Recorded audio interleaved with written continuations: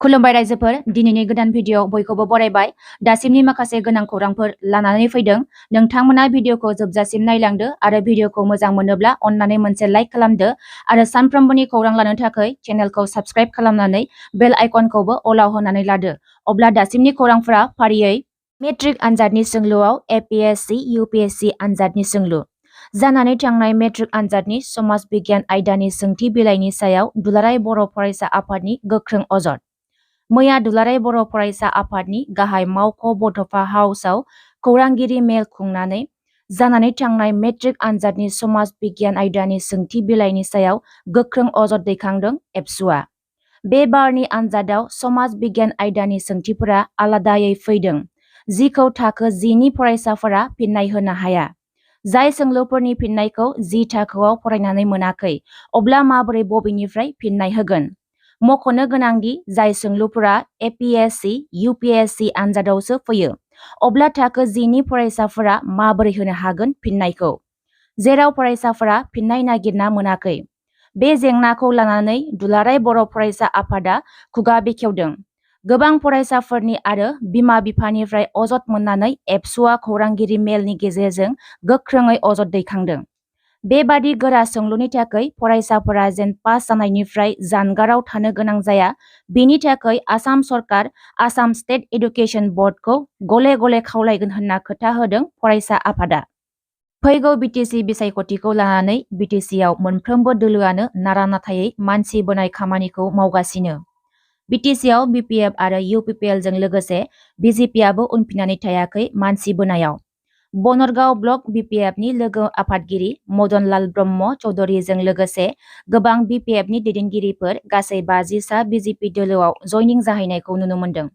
मैया बनरगांव मण्डलनि बीजेपी एमसीएलएनि नुजाथिनायाव बे जयनिं हाबाफारिया जानानै थाङो बनरगांव ब्लक बीपीएफनि लोगो आफादगिरि मदनलाल ब्रह्म चौधुरीया बीजेपीआव जगदान जानायनि उनाव खौरांगिरिनि गेजेरजों बुंदों आं पार्टीखौ नायनानै नङा नाथाय बिजाथिखौ नायनानैसो बीजेपी दोलोआव जगदान जादों होननानै बुंदों राजीव बांगाल ब्रह्मआ बीजेपीआव टिकेट मोनबाय होनना खोनानाय लोगो लोगो रंजानायजों बीजेपी दोलोआव जगदान जानाय जाबाय होनना बुङो मदनलाल ब्रह्म चौधुरीया दुलाराय मिरु बर' फरायसा आफादनि गाहाय आफादगिरि दिपेन बर'नि दैदेननायाव मैया उदालगुरि जिल्ला बेंगिरि पलक पाटगिरिखौ लोगो हमहैदों फरायसा आफादा थांखिया जादों उदालगुरि जिल्ला बेंगिरिनि गेजेरजों आसाम स्टेट इलेक्शन कमिशनारनिसिम गोसोखांलाय गथायदों थांखिया जादों बिटिआरआव सोसनजानाय सनितपुर आरो बिश्वनाथ जिल्लानि गं 60 गामिफोरखौ बिटिआरनि इलेक्टरेल रलआव सोसनफानानै बे बारनि बीटीसी बिसायख'थियाव भट होनो मोननायनि खाबुखौ होनाय आरो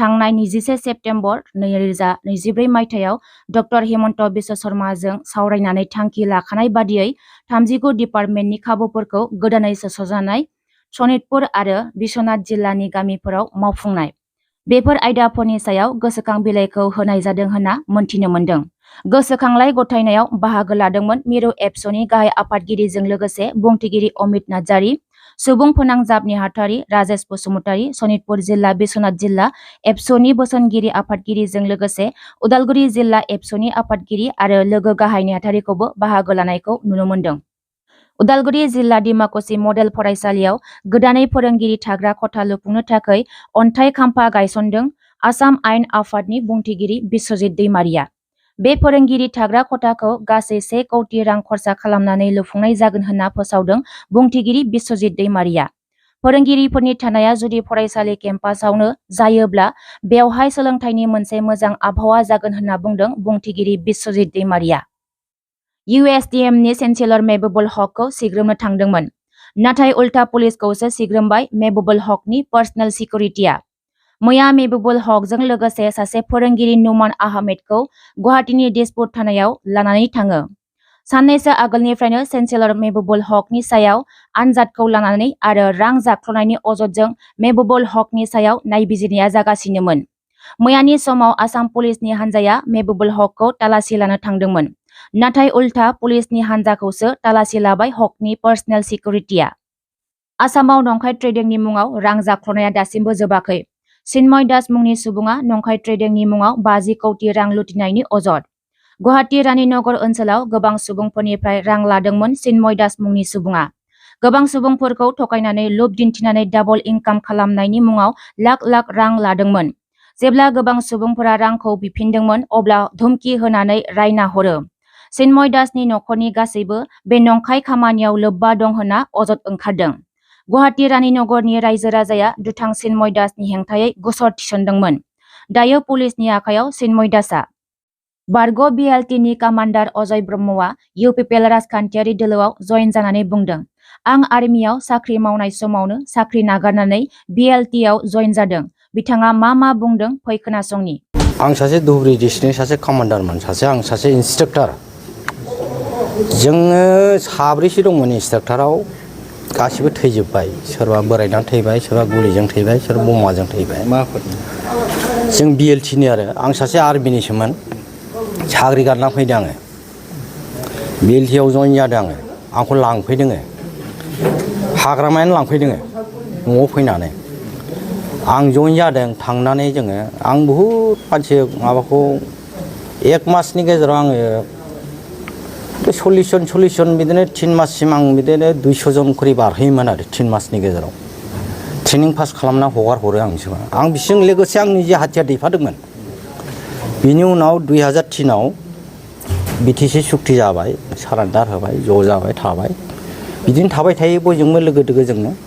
दासिम बिदि थानानै जोङो सोरबा जौ लोंनानै थैबाय, सोरबा मानानै थैबाय, सोरबा फासि नांना थैबाय। बांसिनानो जौ लोंनानै थैदों जोंनि BLTनि गेजेराव आरो। दा बिसिम बे आं बायदि बिसोरबायदि थैनाया बहुद दं, जौ लोंनानै बांसिन थैदों।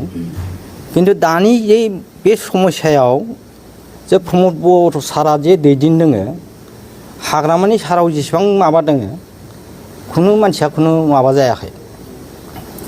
सोरबा माहाजोन जादोंबाबो आलदाया जादों, खुनु एक्स BLTआ खुनु रावबो मानसिया जेबो जानो रोङाखै आरो। दानि बे 4 बोसोराव नुनो मोनबाय, दा मोनसे एसे आवगायगोन बे जिनिसा आरो बयबो बुजिनायाव फैबाय। जों दिनै धुबुरी डिस्ट्रिक्टनिफ्राय जोङो 11 जन आंनि मानसिखौ आं लाना फैदों। दाथ' बयनावबो माने सोंखारिनाय बायदि आरो जोङो UPPLआव जों ज' जागोन, जों बिसोरजों थाफागोन, प्रमद बर' सारजों जों थाफागोन। बे खोथानि माने हिम्मत, बिसोरनि बोलो सक्तिया ओरैबायदि बोलो, थौ आदा थौ नोंबो थांफादों जोंजों थौ होनना लाबोदों आरो आंखौ दिनै। दा बेखिनिखौनो आं बे रायजोआव आरो दानि दैदेननाय रुलिं दा प्रमद बर' सारनि, जों बेजों सहयगिता खालामगोन, जों बेजों थाफागोन, जों फुरा हेफाजाब होगोन आरो आंनि बुंनाया बेनो। नोंथाङा BPFनि जानानै खामानि मावग्रोदों नामा? आगोलाव मावदोंमोन जों, बहुद मावदों। माने थेरा बेख्राबाबो मावबोदों BPFनि जानानै, सोरखौबाबो सोंखारिदों, सोरखौबा माबादों, बेफोरबायदि जाबोदों आरो एसे माबा मोनसे जाबोदों जानाया।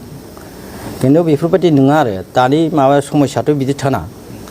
दाथ' नों BJP सरकारजों जाना जयेन्ट एटेच दंना, आयेनाथ' बिदिखौ थोना। ज' मिलायनासो मावनांगौ जिनिसा, आयेनखौबो सिन्था खालामनांगोनथ'। दा जोंनि मानसिफ्रा गासिबो बुजिजोब्बाय दा। BJPजों लोगोसे ज' जोंहा मोनसे समस्याखौ मोजाङै आवगायनांगोन। दा ओंखायनो जोंबो फुरा बेखौ जों बोलो होदों। दा बेनो आरो जोंहा। नोंथांमोननि लोगोफोरा आरोबाव UPPLआव फैबावनो आसा दं? आरो हिनजावफ्रा बिराद दंबावो। दा फैनाया आं सानफ्रोमबो रायजाबाय थायो, सानफ्रोमबो रायजायो। बोरो नोंनालाय, नोंनि बुंनाया बोरो? सामफ्रोमबो हिनजावफोरजों रायजाबाय थानांगौ। बे 17-18 जनसो दंबावो, दिनै गारि गंनै गारबोदों बिसोरखौ, जोंखौ मानो लांफादा होननानै। माबे समस्ति गोलैयो नोंथांमोननिया? आंना धुबुरीयावथ' माने जोङो खरबजरा BTCआवनो। दा बिसोरबो रायो, मानो जोंखौ लांफादा मा दा बेफोरबायदि बुङो आरो। ओंखायनो आंबो दुखु मोनो। आं दा गाबोन आंखौ दा नोंसोरखौ नुगोन ना टिभियाव, गाबोन रायजानोसैलै आङो नै नोंसानो, गावल' थांनानै जोंखौ लांला होनना बुंसै।